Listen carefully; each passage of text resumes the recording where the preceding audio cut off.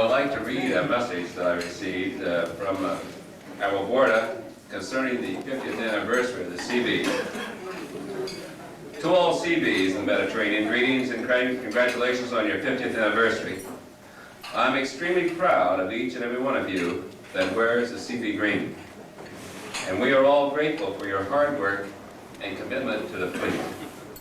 From support of successful Allied efforts in the desert during Operations Desert Shield and Desert Storm, to relief efforts in Turkey during Provide Comfort, to disaster recovery operations after the San Francisco earthquake and the eruption of volcano Pinatubo in the Philippines. Seabees have demonstrated and continue to demonstrate tireless dedication and resourcefulness that honor your motto, "Can do."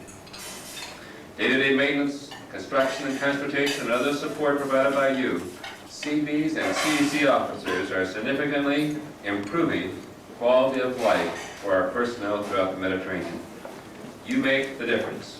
I know you are ever ready to provide the best possible service and support to the fleet and our shore stations. Your positive Mediterranean impact has earned you the respect and admiration of all of us. Happy birthday and best wishes. Our board. Amen. You know, I guess what I want to talk about before I introduce our principal speaker for just a brief moment is perceptions. You know, my perceptions of a Seabee is colored by 38 years of watching John Wayne, the fighting Seabees. So when I came to Maddalena, I had this image of what a Seabee was. 6'2", about 220 pounds. You know the shape. Very nice. And who did I see? Lieutenant Mike Giorgione. He was followed by Lieutenant Mathis. You know, not quite cast from the same mold as John Wayne. You know, so when you sit down and talk about perceptions, you know, we're talking about the bees. You know, life is sort of funny. But when you get down to it, they are John Waynes. You do perform superbly.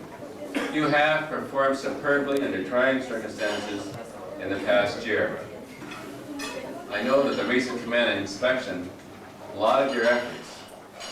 I'm very proud of the work that you've done and the way we've all come together to accomplish so many things so quickly, overcoming inertial momentum of people, and we've done it. And you do come up to that motto of "Can do Seabees." So when Jay asked me to introduce the top bee of the Mediterranean, I began to go back to my science and look at what a bee does. And I sort of looked around and I said, well, there's the queen bee. I know what she does. Then there's the worker bee. And I know that the worker bees, I know where they are. They're down there, people doing the work, making sure things happen. And then I was left with that other bee, the drone bee. And I know what the drone bee does too, and you probably all can remember what the drone bee does. Services the queen bee. I think in Admiral Borda's vernacular, he is ensuring that the queen bee's quality of life remains the highest. Before I go on, there's going to be a test here at the end of this. You're going to sing, look in the back of your program, you're going to have to sing the song of the Seabees when we end all this before we cut the tape. So I guess it's my job to introduce the top worker bee in the Mediterranean, Captain Gene Jones. He comes to us from Naples, where he is the director of the European branch of the Atlantic Division. He's had a distinguished career of 22 years in the Seabee organization, where he has served in tours all over the world, from public works officer from the the production officer of the public works in Pearl Harbor. I can tell you that's a hardship duty, Pearl Harbor. where he was also then followed by tours of OICC, officer in charge of construction in Jacksonville. More recently, officer in charge of construction of efforts of operations following Hurricane Hugo in Charleston, where they basically did $100 million worth of repair and recovery efforts in 10 months. And so it's with a great deal of pride that I welcome Worker bee from Fairfax, Missouri, up here to be our guest speaker, Captain Jones.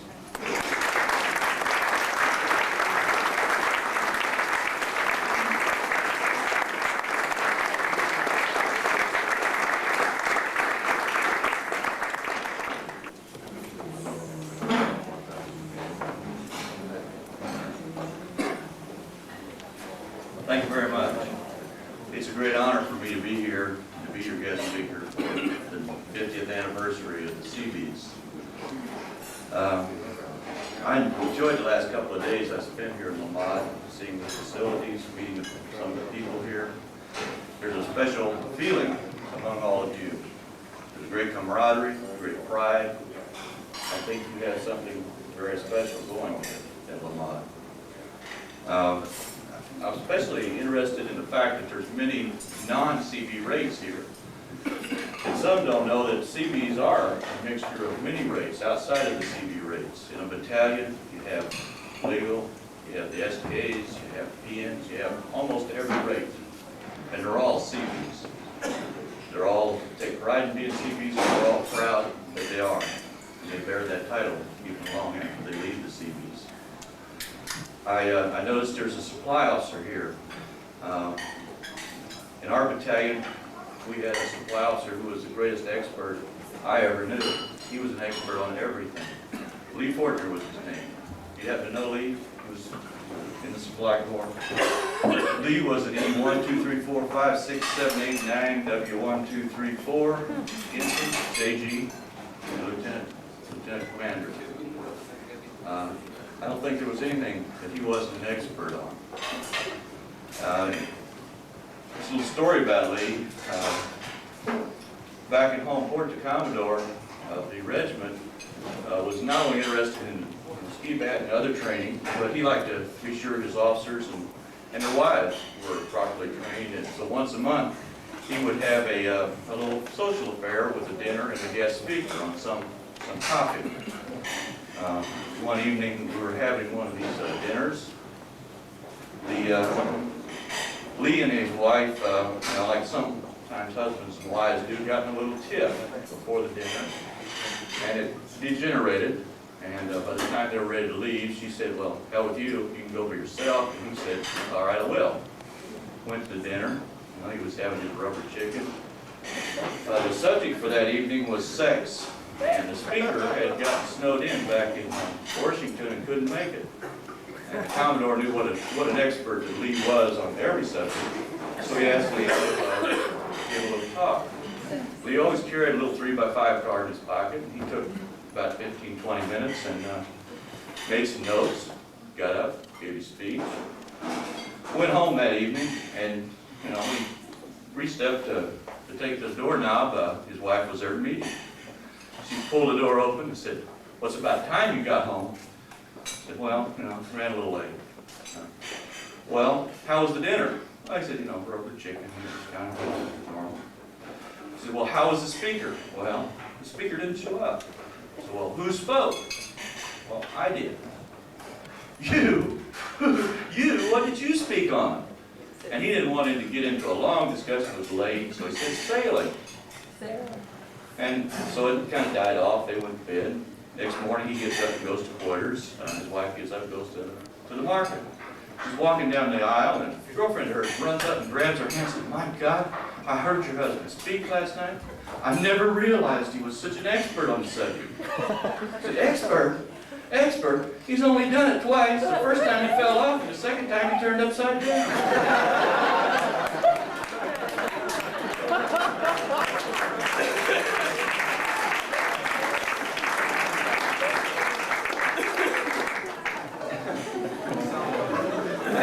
When I came out here, what do you think the Seabees would like to hear about? He said, "Well, You know, they know what they've done. They might like to hear a little bit about the history of the Seabees and with all the changes going on in the Navy, maybe a little bit about what the future is going to hold. I don't think we're going to profit on what's going to happen in the world because it's changing. I don't think there are any experts right now on just what will happen. But I'd like to give you a little history of Seabees that you may or may not know. And I'd like to tie into that what I think, from my perspective, will happen with the Seabees.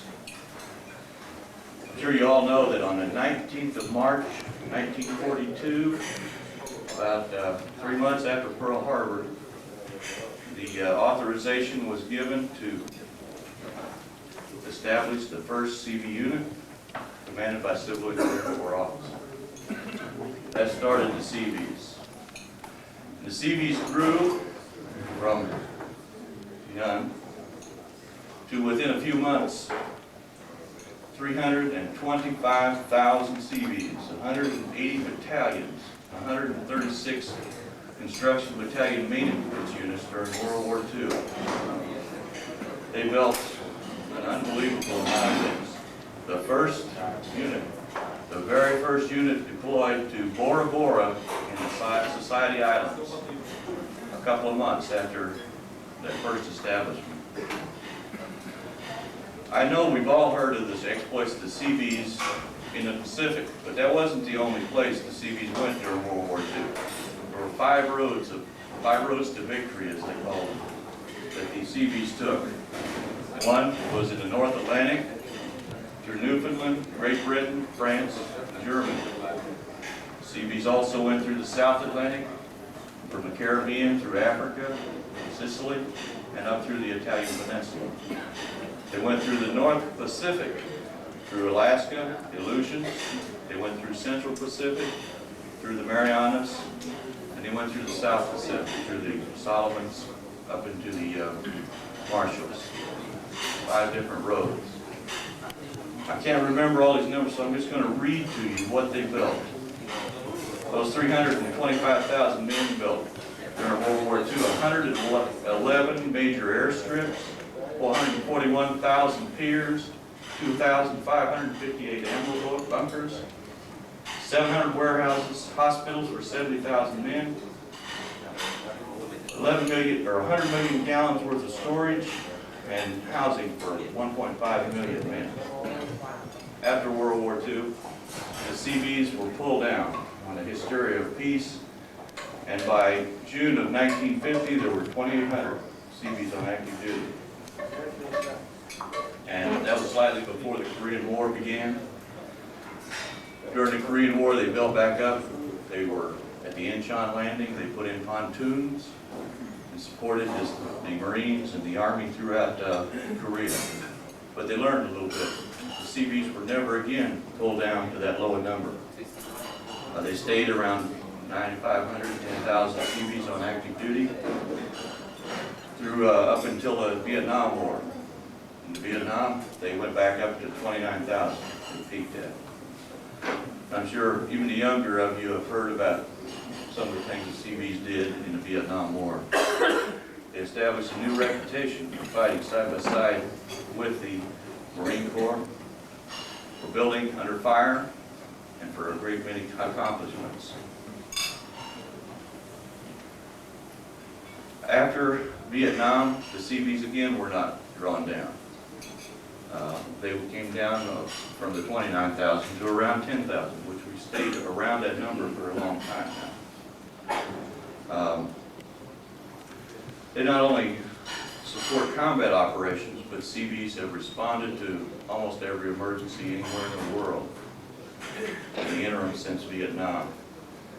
Most recently, they were out in the Philippines responding to that emergency. The Seabees responded to the Hurricane Hugo, which was in the construction business. The Seabees were there 48 hours later with the air death to rebuild, get the devastation taken care of. Seabees do things